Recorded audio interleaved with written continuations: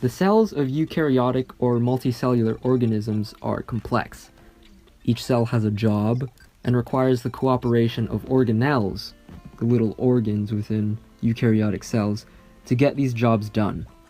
One such organelle, and the topic of this video, is the mitochondrion.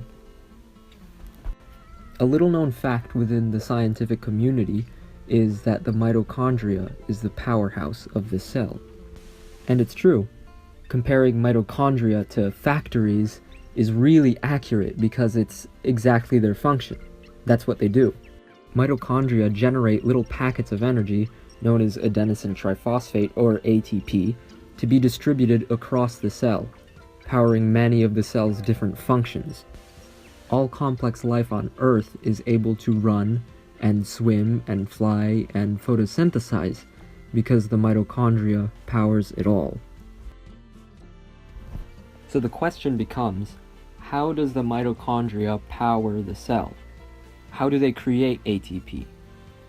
The mitochondria creates ATP through a process called cellular respiration. Put simply, cellular respiration is a series of events that converts sugar in the form of glucose into carbon dioxide and extracts energy in the process. Cellular respiration is one of the main functions of the mitochondria. There are 4 stages that make up cellular respiration. It's divided into the first, which is glycolysis, which occurs outside of the mitochondria. Then there's pyruvate oxidation, the citric acid cycle, and then finally oxidative phosphorylation. First, glucose is processed outside of the mitochondria in the cytoplasm. It's transformed into a pyruvate and a 3-carbon molecule that, for the intents of this video, can be ignored for now.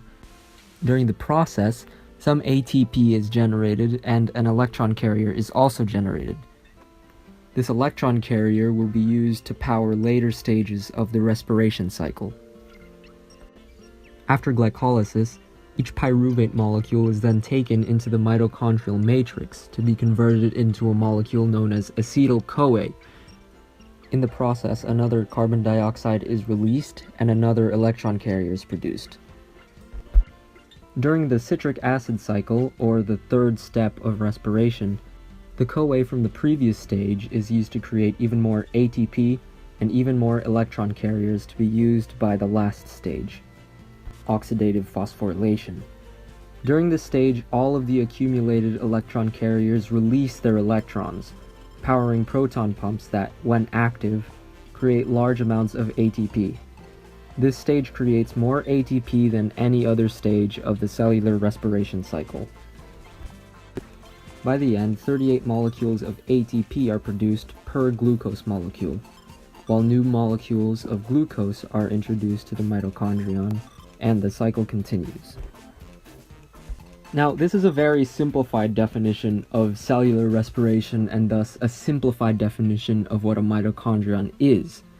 There are entire formulas and conversions dedicated to explain in detail what exactly happens during cellular respiration.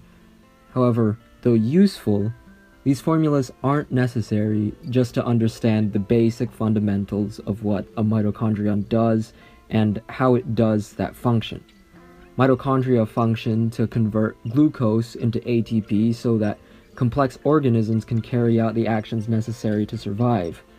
Essentially, it's the powerhouse of the cell.